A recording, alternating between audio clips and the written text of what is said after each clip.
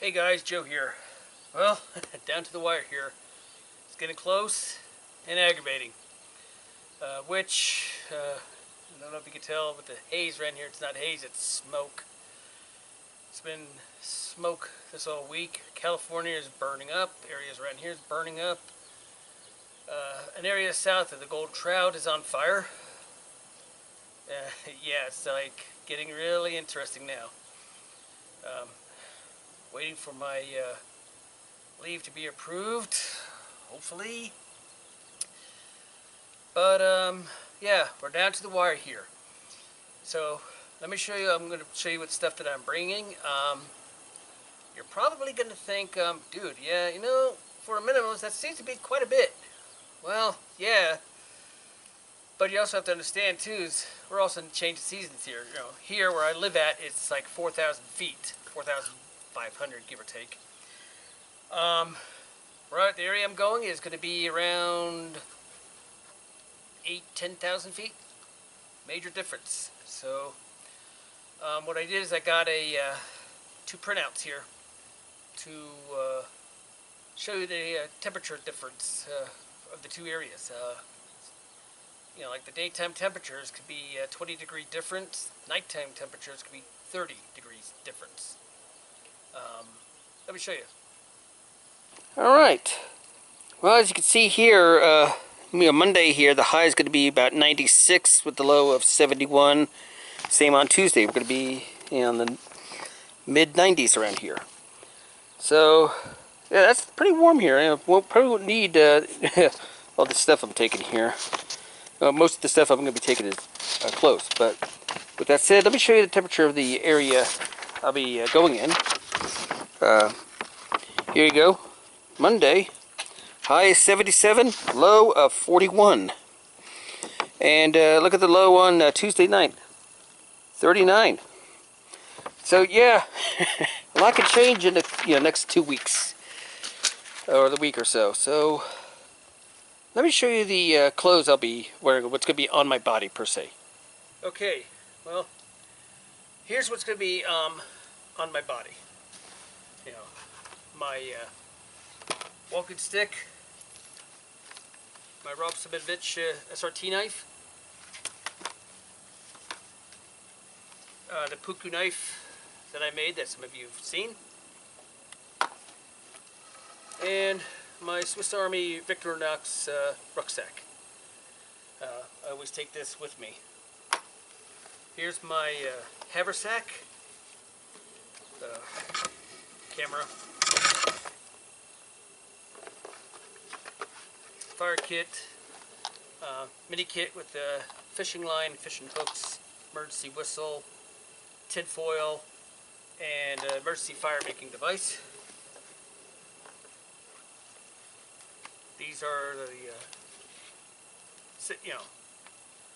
Ron Hood gloves I was able to get. You can order them off Strava.com. I'll put a link to it. In addition, got myself a good pair of leather gloves. These are Elkskin Gear roping gloves. I'm liking them. I just ordered them, so I'm going to see how they are.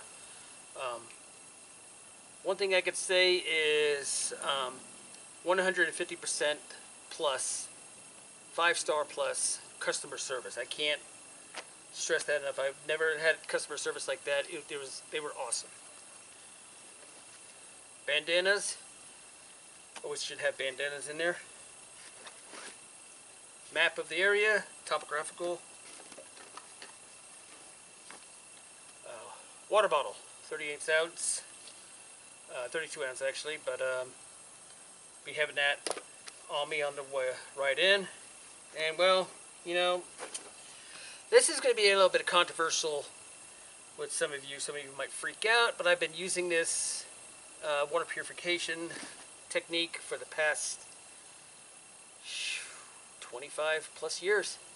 No results. But I have to stress that not all of you will be able to use this. You might have a reaction, but this is an iodine mixture. It's a water bottle, 8-ounce water bottle filled with USB resublimated iodine crystals. You just pour water in there, let it sit for a bit, turns into like an iodine solution. You fill up your water bottle with suspect water. You pour some, in there, all of it, whatever it may be. Do not get the crystals in there. Let it sit for about 20 minutes, and the water is purified. Well, dead. Anything that will kill all organisms in there. But I've never had any issues from it. Some of you might have issues with it. Some of you might have a sensitivity to it. Go with the water purification that you feel most comfortable with. This is what I don't like carrying, water pumps like that. Though I might use a gravitational feed one I got recently. Or actually, I've had a few years. I haven't had it test out yet. Anyways, that's in my rucksack.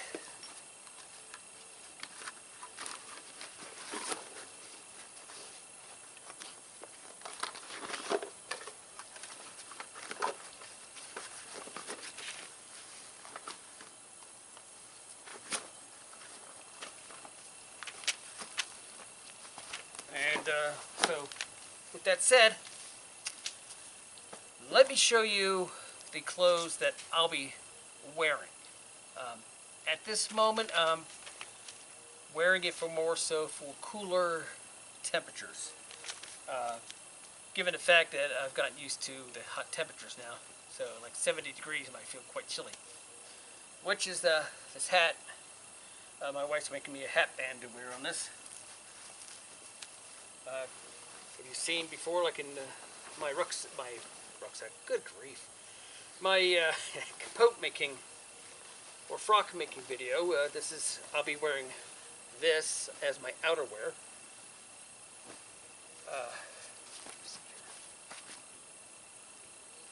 This is going to be my head rag or do-rag. I'll wear it around tight like this and put my hat on top. Help keep the warmth in and such. T-shirt, weather depending, might change out with the wool underwear in case it gets predicted to get cold. Wool socks. Dang it, why did I pack it in my bag there? But I also have sock liners, which is knee highs. Believe it or not, the knee highs actually work very well. They're cheap. They help prevent blisters, and they actually help keep you warm. This is going to be my wool shirt. I'll be wearing wool there anyways, my shirt anyways. And I'm debating whether or not to wear my normal 60-40 BDU pants up there, or at this point in time I'm considering mostly just to wear these wool pants. I wore these on the beast, kept me nice and warm. So there you have it right there. That's going to be on my body, within my rucksack, in my pockets and such. It's going to be interesting to tell you that right now, before I go showing you the what's in my bag, because of the fire dangers right now. There might be no open fire whatsoever, so I'm going to have to punt on that and bring a gas stove. So anyways, let me show you the pack. Alright, here's the pack. As I said, most of this stuff is shelter. The plan is right now is to camp out in my lavoo. First night there when I get dropped off, and the final night. In between, gonna do away with this pretty much, the pack and everything, and carry my bedroll. In the beginning, getting into bushcraft, this is my bedroll that I showed. It's a heavy wool, queen-size wool blanket, the body bag, and a ground liner, or ground cloth. which is double-layered, so I could probably stuff it with pine needles. And if you'll excuse me, I have the cat out on his leash.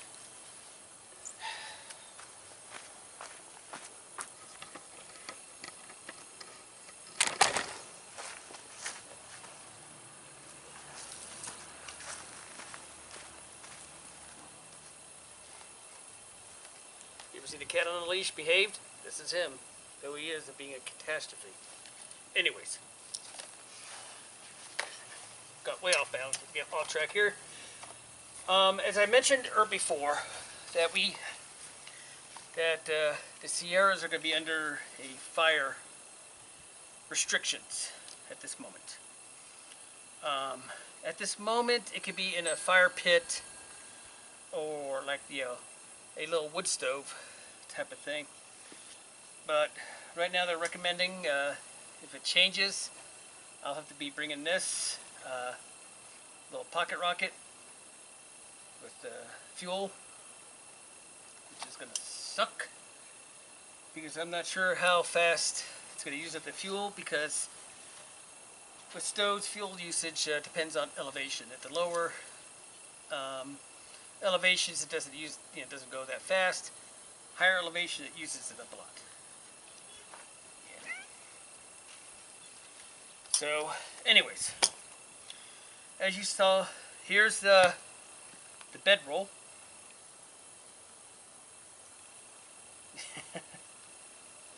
But this is what's in the side pocket here. As I said before, I don't like to take chances in a way. First aid kit. Here's the emberlit stove that I might have to use. Journal.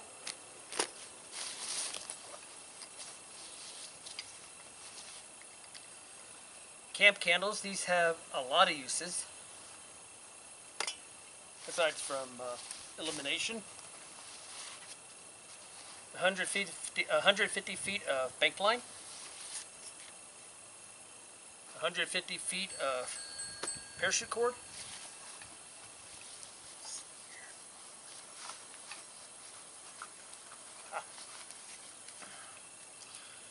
20 gauge fishing wire or snare wire. I'm planning on trying to harvest some marmots or rock chucks. Interesting story here. A couple of the guys I went with on the Hoodlum, the Ron Hood's survival trip, volume 10 of survival camping. A couple of them went to the Golden Trout there to do a survival trek. Going all well until a group comes by to plant willow saplings along the riverbank, and one guy claimed he was a ranger. Noon alarm.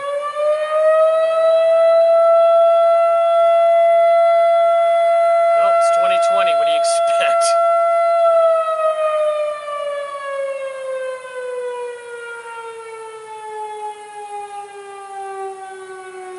Anyways, as I was saying, is he gave them a hard time about harvesting marmots, claimed that they were federally protected, which he was lying out of his dark nether regions. And yeah, I looked it up recently just to basically CYA, seeing if they were protected. Nope, they're not even recognized as endangered. They're considered a well, common. Almost a pest. So therefore and I checked with the local laws, game laws there in California, and they're like, oh, nope, there's no restrictions. You could harvest them. So I'll be using this to make snares as well as primitive traps to try to get myself some marmots. But as I said, with the fishing line, is gonna get some yummy golden trout. In addition, here this is going to go with the bedroll. This is mule tape. I'm going to make a carrying harness to where I'm going to thread it through the center here to where I can have it over my shoulder like this, and just go out with what's on my back and in my haversack. Um, yeah, it's going to be interesting to say the least. Because if things go sideways of no fires whatsoever, I'm just going to probably bring prepared food, which is not fun. So I'm going to be probably bring for dinner my first night for acclimation is NMRE. Because I don't know if any of the restaurants in town, nearby, will be open since they're closing down again. Anyways, let me show you what I have here for the shelter.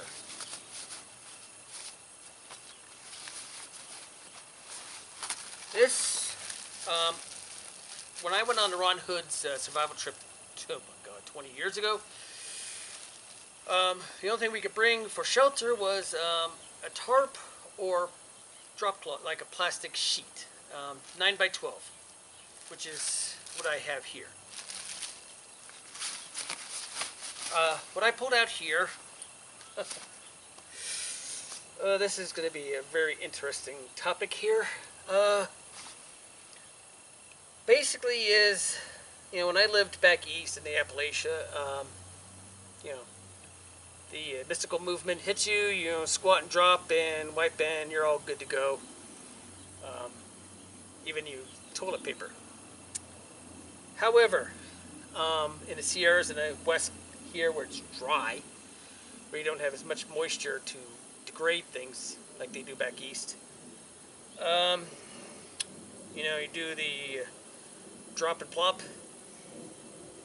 and you use toilet paper. You come back a year or so later, and you're going to find the toilet paper still there. It won't break down that easily, even a biodegradable one. The late Ron Hood did an experiment on that, and it took 2 years for it to go away. So what he had his students use, there's no proper way to say it. It's also a lovely term amongst the hoodlums. It's called the ass rag. I guess you could call it the butt rag. But basically is you get this damp or wet type of thing, do your mystical movement, do the wipe, get it wet again type of thing, hang it from your pack or tree branch in your camp, and when it dries you just snap it all off and the chunks go flying everywhere. Just don't do it where you eat. If you're not comfortable with that and you do want to use toilet paper, my advice is have something like kind of a paper bag or some type of disposable bag per se, and have a separate fire. We have a fire for cooking and the other for heating up and warming up and burning. And that's what you do. I remember Ron talking about that. He would have students bring lunch bags, the brown paper, and at the latrine area they would take the toilet paper, put it in there after they do their swipe and wipe, and once it gets kind of full, they fold it over, bring it over to the burn pit, burn fire area, and set it on fire. Hopefully it's not downwind to the camp. So there you have it. That's the ass rag, which I'm not going to demonstrate. Don't feel like getting in trouble. Anyways, I also have my main water bottle, the 48 ounce. I've always liked this. So there's that.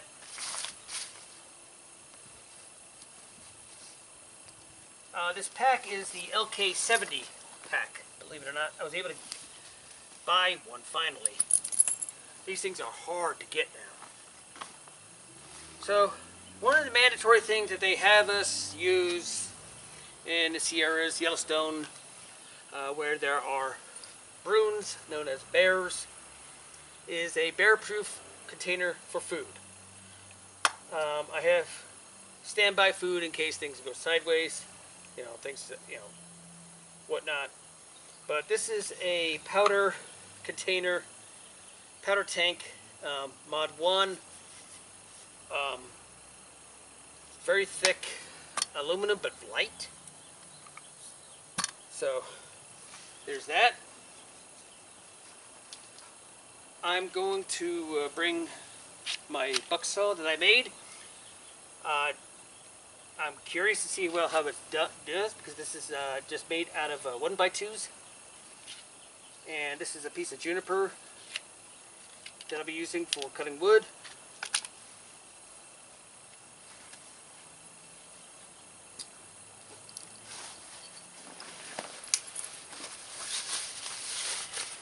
Now we're getting to the guts of the matter.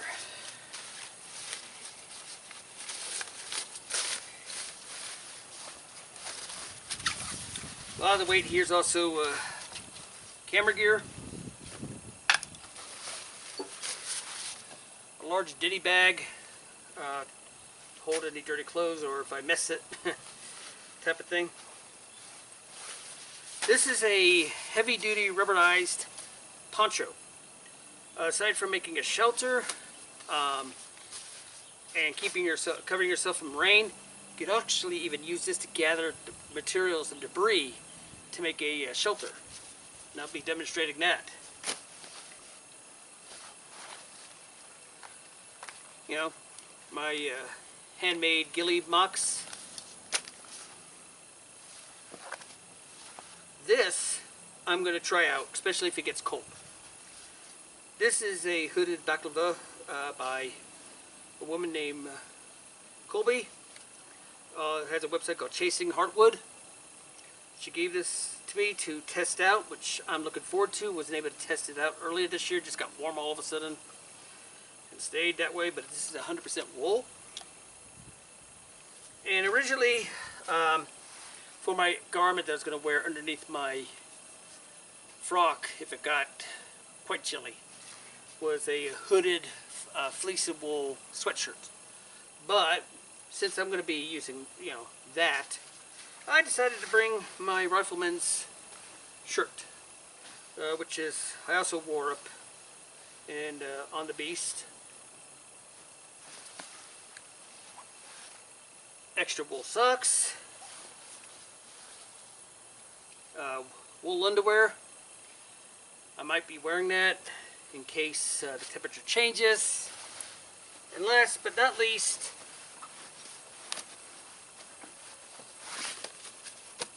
my lavoo. So as I said, things change at a moment's notice. May go from a semi-survival trip to just a camping bushcrafting trip. So there you have it. Seemed like a lot, but most of it, as I said, is just shelter and clothes.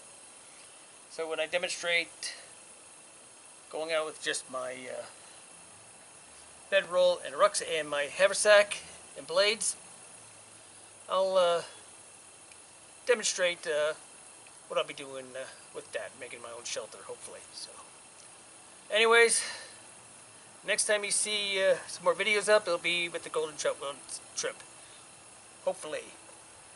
Unless it gets canceled because of the fires. Boy, deja vu, like last year. Last year I was supposed to go and there was a fire. Right in that area, believe it or not. So, anyways, hit like if you like it, and if you haven't subscribed already, subscribe.